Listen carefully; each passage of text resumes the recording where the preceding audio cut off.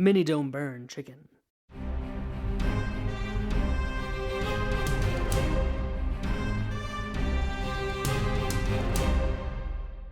Hello everyone and welcome to episode number 47 of Movies Are Awesome, the show all about proper table etiquette. My name is Nathan Pottle and thank you for joining me today. Now, at my workplace, we have been working on our public speaking and being able to remember things and recite things in front of our customers. And so something that we've been doing is once a week, someone will memorize a movie monologue and then perform it for us at our weekly meetings that we have every Monday morning. And so that got me to thinking, hey, I need to do an episode about the best movie monologues. And so here I am today, ready to talk about monologues. This is an episode I'm really excited about. I put a lot of work and effort into it here today. So basically, what I'm going to be doing is I've got the audio clips of my top 5 favorite monologues. I'm going to play them and then just comment on them a little bit, talk about what I think is good, maybe some of the things that don't work as much, and just overall what these monologues mean to me and how much I enjoy them. So before I get started on my main list, there are a lot of honorable mentions that I want to mention, because when I was looking up some lists that other people have made of their favorite movie monologues, there are a lot out there. And oh my goodness, there are some really good ones. So here are some that didn't quite make my list. At the very beginning of The Godfather, one of the characters is asking the Godfather for a favor for his daughter who got beat up. He wants justice to be served. He believes in America. That's a really good monologue. It's at the very beginning of The Godfather. Did not make the list, but it's amazing. The movie Good Will Hunting is basically a movie just full of monologues. So there are a couple in there that are really, really good. If you haven't seen that movie, or if you haven't seen The Godfather, you should check it out. I don't know why you wouldn't watch them, because they're amazing. In the movie There Will Be Blood, you have the I Drink Your Milkshake speech. I love that one. There Will Be Blood is one of my favorite movies of all time. A lot of people don't really know about it and haven't seen it. It came out in 2007 and has Daniel Day-Lewis, who is my favorite actor of all time. So go check out There Will Be Blood. It's a bit of a slow burn of a movie, but there's a lot of really good payoff scenes scattered throughout the film that make it all worth it. It's an excellent, excellent movie. And then I just have one more honorable mentions, and it's the Coffee is for Closers monologue from Glengarry Glen Ross. It's a very impactful, kind of mean-spirited speech, and it's just Alec Baldwin talking to these salesmen, telling them about how much they suck, and they are not good at their jobs, and they don't deserve to have their jobs. And those are my honorable mentions right there. So those are some good ones right off the bat. I haven't even gotten into my top 5. So we've got some really good, high-quality stuff to talk about here in today's episode. So why don't we start with number 5? And number 5 is the Freedom Speech from Braveheart. And Braveheart came out in 1995. It is starring and directed by Mel Gibson. And here is the clip. Sons of Scotland, I am William Wallace. William Wallace is 7 feet tall. Yes, I've heard. Kills men by the hundreds. And if he were here, he'd consume the English with fireballs from his eyes and bolts of lightning from his arse. I am William Wallace. And I see a whole army of my countrymen here in defiance of tyranny. You've come to fight as free men. And free men you are. What will you do without freedom? Will you fight? Fight against that? No! We will run! And we will live. Aye. Fight and you may die. Run and you'll live. At least a while. And dying in your beds many years from now, would you be willing to trade all the days from this day to that for one chance, just one chance, to come back here and tell our enemies that they may take our lives, but they'll never take our freedom!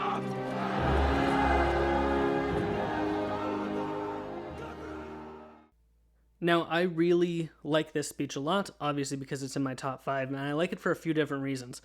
I think that it works, like, it's not, like, there's a little bit of back and forth, so it's not a pure monologue in that sense, but it has that emotional impact because he's speaking to the people. So if you're not familiar with Braveheart, it's a movie about the story of William Wallace and kind of how he led a revolt against the English in order to gain freedom for Scotland.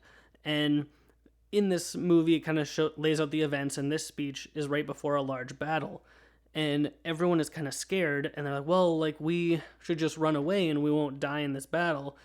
And William Wallace takes the time to point out in this speech that, yeah, you might die, but they can never take your freedom away. That's something that you have earned. It's something that giving up your lives here today will give you freedom and your families and future generations of Scotland freedom in perpetuity. So I really like that kind of emotional impact.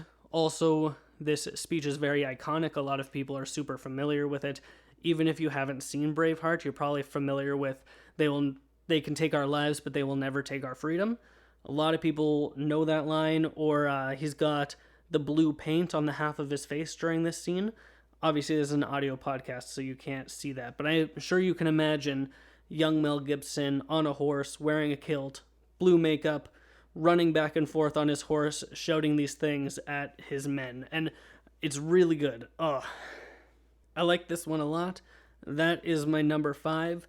Braveheart is kind of a long movie, so if you've got the time, I think it's over 3 hours. So if you have the time to check out Braveheart, I definitely recommend going to check it out. I'm going to move on to my number 4, though, which is from Jaws, which came out in 1975, obviously directed by Steven Spielberg, and this is a speech that's very close to the beginning of the movie. So there are 2 really good monologues in Jaws, both given by the same character of Quint, and I chose the one that's at the beginning of the movie.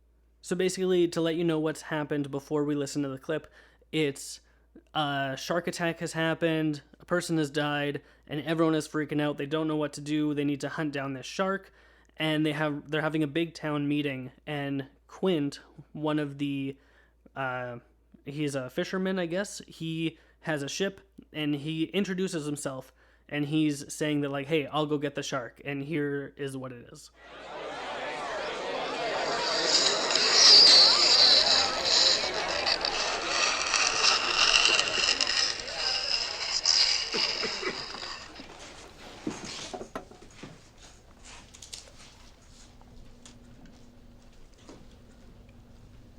You all know me. Know how I earn a living. I'll catch this bird for you, but it ain't gonna be easy. It's bad fish. Not like going down the pond chasing bluegills or tommycods.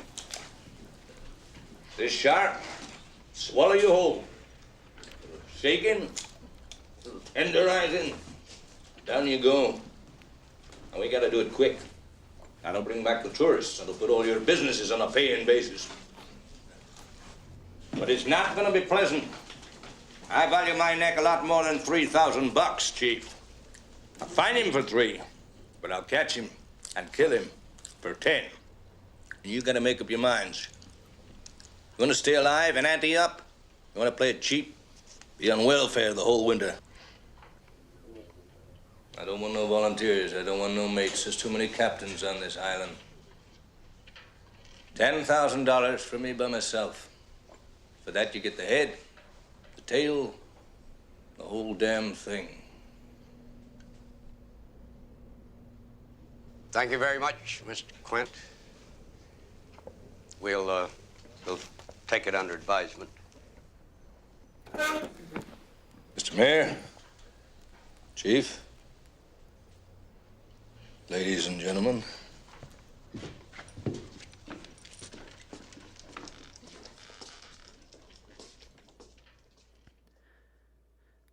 So there are a few things about this monologue that I really, really enjoy, and I think it's one of the best introductions to a character I've ever seen. So right from the get-go, you know pretty much everything you need to know about this character just from this little introduction to him. He scratches his nails on the chalkboard, generally That means that you're a pretty tough guy. Like, this guy gets the job done. He gets down to business. He's chewing on an apple while he's given this scene. So he doesn't really care for other people too much. He has kind of a disregard for others. And he is just letting people know, like, this is how it is. This is what I'm going to do. This is how much you'll pay me. And it's really good. It's, I don't know what else to say. I really like how when the scene first starts, there's a very slow zoom in and kind of pan around of the camera to get closer and closer to Quinn as he's talking. It does cut away a little bit later, so it's not all in one take, and I love when things are all in one take. So I wish that it would have been more of that, but this scene does such a good job of introducing this character, but also setting the stakes for the entire movie. If they don't catch this shark, what's going to happen? More people are going to die. People are going to not make money because this island is based purely on tourism. So if there's shark attacks all the time and people are dying, they're not making any money. So they're all going to be on welfare because no one has any kind of income because the shark is ruining everything. So right in this little, like, 2.5 minute segment, you're introduced to a new character, you're given very clear stakes of the film, and you have a good jumping off point on where to go for the rest of the movie. A little later in the movie, Quint gives another speech. He tells a story about something that happened to him when he was working, I think he was in World War II, and he was on a submarine and he had an incident with sharks, and so this is part of why he hates them so much. That is also really, really good, but what this first speech does for the movie as a whole, as opposed to just characterization, I feel makes it better. I am going to go ahead and move on to my number 3 pick. Now, that is from Pulp Fiction, which came out in 1994 and is directed by Quentin Tarantino, and that is the Ezekiel 25:17 scene. So there's kind of twice in the movie that this happens. I'm picking the one that is closer to the end of the movie. And so basically what's happening is Samuel L. Jackson's character is being robbed, but he is kind of a tough guy and he has a gun of his own, so he doesn't put up with being robbed.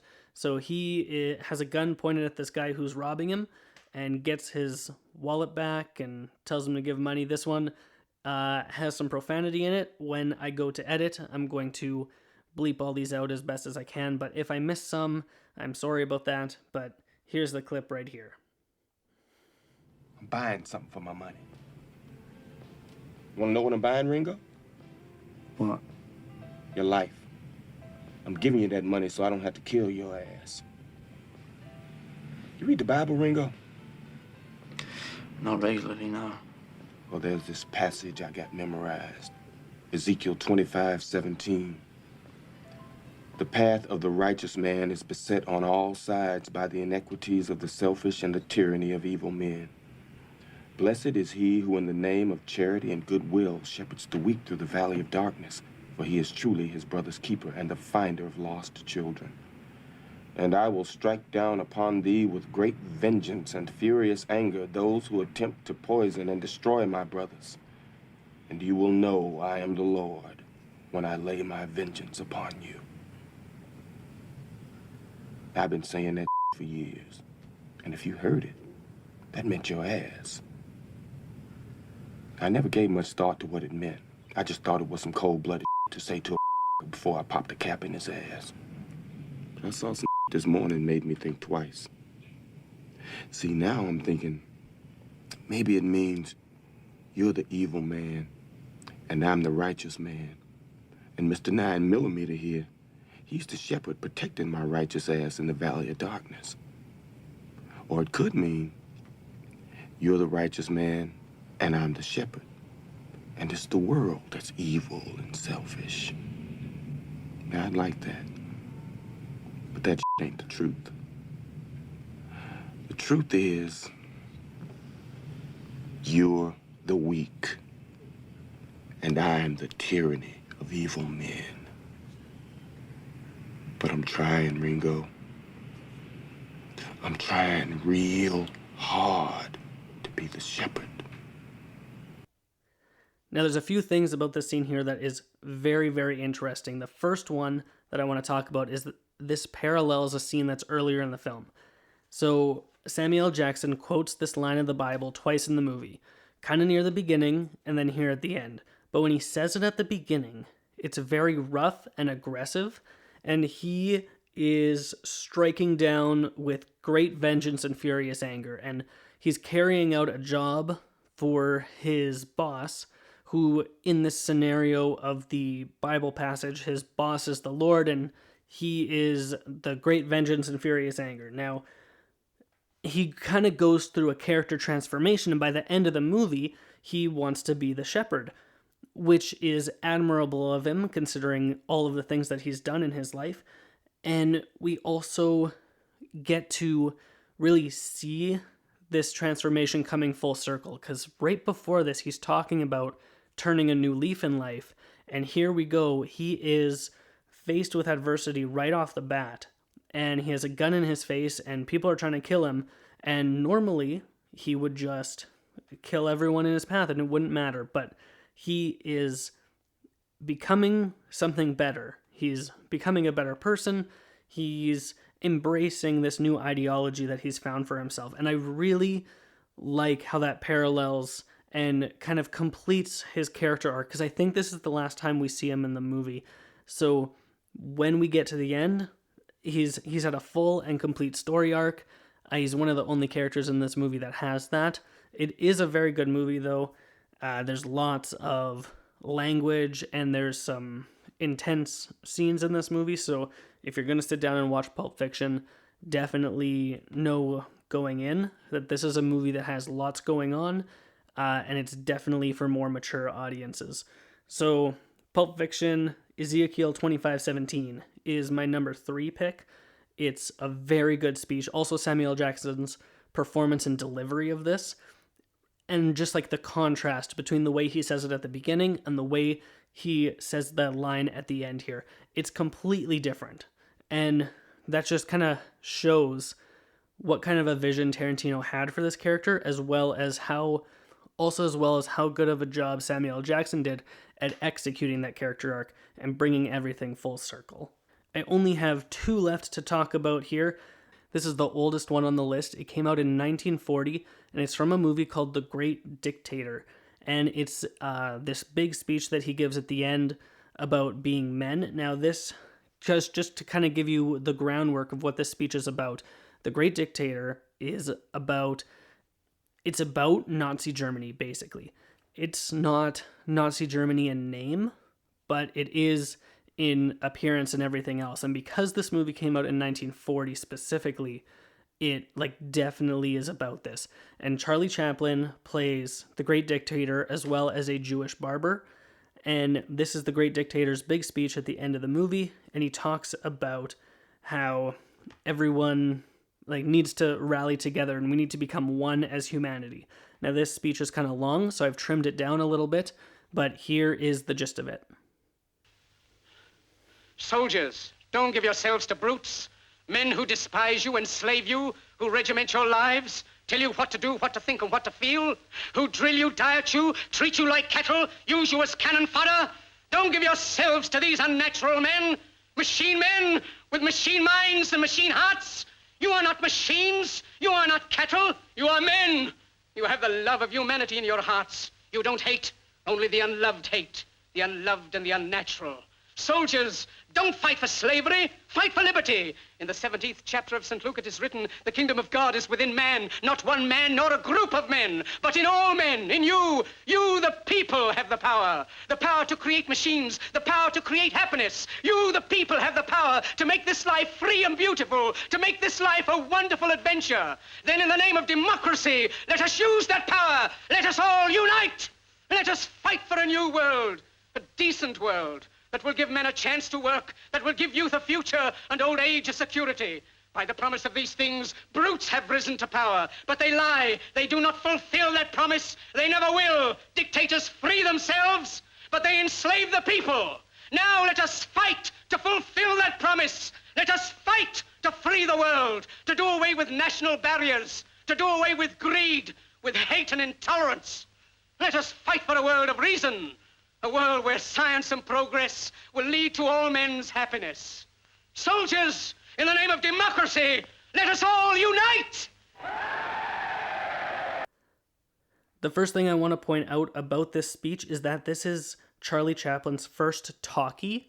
Back in the day, you had silent films, and then in 1929, when The Jazz Singer came out, and we had voice coming in, movies with sound were called talkies because the characters could now talk, and you didn't just have to read title cards.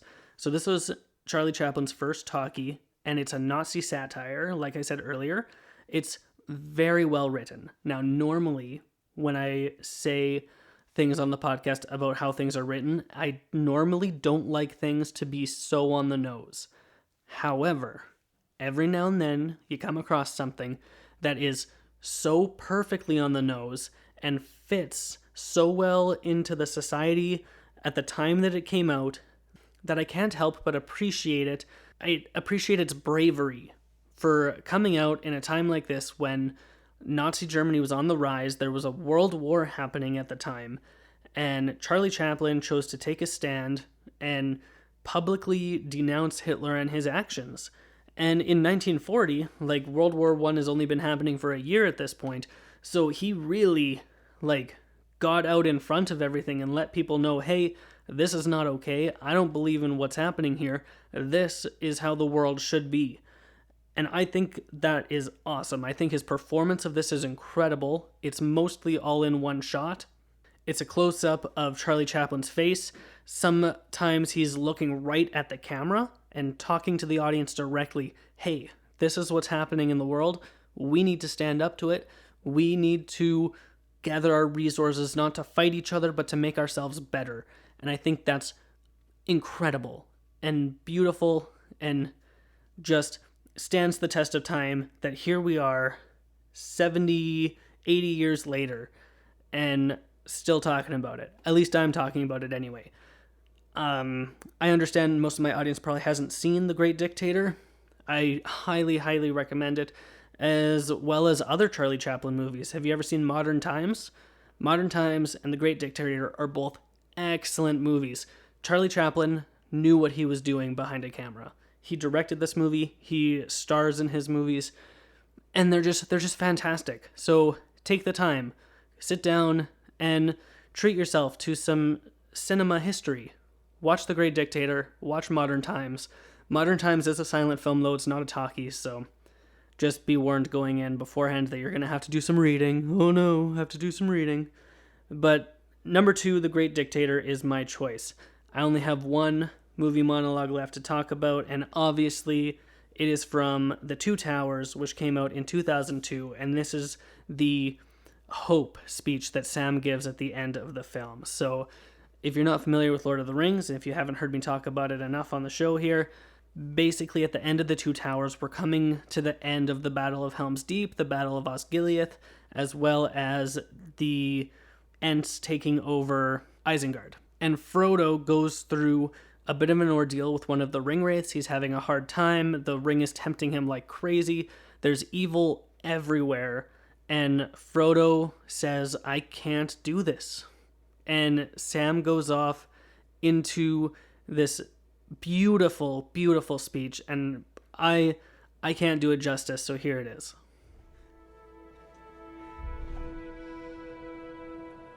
It's like in the great stories, Mr. Frodo. The ones that really mattered. Full of darkness and danger they were. And sometimes you didn't want to know the end. Because how could the end be happy? How could the world go back to the way it was when so much bad had happened?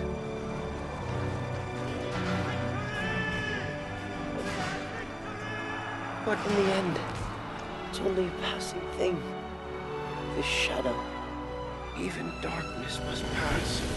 A new day will come. And when the sun shines, it'll shine out the clearer. Those were the stories that stayed with you. That meant something. Even if you were too small to understand why. But I think, Mr. Frodo, I do understand. I know now. folk in those stories had lots of chances of turning back, only they didn't. They kept going. Because they were holding on to something. What are we holding on to, Sam?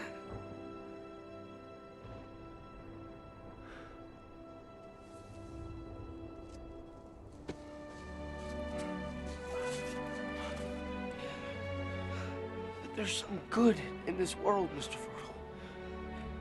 And it's worth fighting for. In my notes for this speech, the first note that I wrote down, I just do little bullet points. And the first bullet point that I have written down is just perfect. Because this is just so perfect. The way this movie ends is absolutely wonderful. We're coming to the end of 3 separate battles. They're edited over each other, and you're checking out different things, and within the different battles, different things are happening, and you're following all of this stuff at once. The way this movie is edited is absolutely brilliant, especially when it comes to this speech here, this monologue. And what it does with the editing is it really emphasizes the point that the small can overcome huge odds in order to prevail. And that's what Lord of the Rings is all about. The smallest of heroes, like bringing peace to the world. Like overcoming insurmountable odds. And that is what I love about The Lord of the Rings, and it's so perfectly summed up in this speech by Sam, performed by Sean Astin. Now, originally, this speech was not in the movie. If you're not familiar with how The Lord of the Rings were made, they shot all 3 movies at once, and then scheduled reshoots for each movie before each one came out. So they shot all 3 movies, and then went back to shoot some stuff from the Fellowship of the Ring. Like, they'd go into the editing room, see how the movies were coming along, and say, like, okay, this doesn't work, we need to reshoot it, or this is not working, we need to come up with a new scene. So the ending of The Two Towers wasn't really working, and they needed something to tie everything together, so they came up with this speech. Now, this is in the books of The Lord of the Rings, but it wasn't included in the movie until the reshoot sequence. So, and I'm so happy that it made it in here, because this is just so close to my heart. I absolutely love this scene. It's such a good monologue. And I can't highly recommend enough the movies The Lord of the Rings. If you haven't seen them, you've heard me say it before, check them out. They're just so good.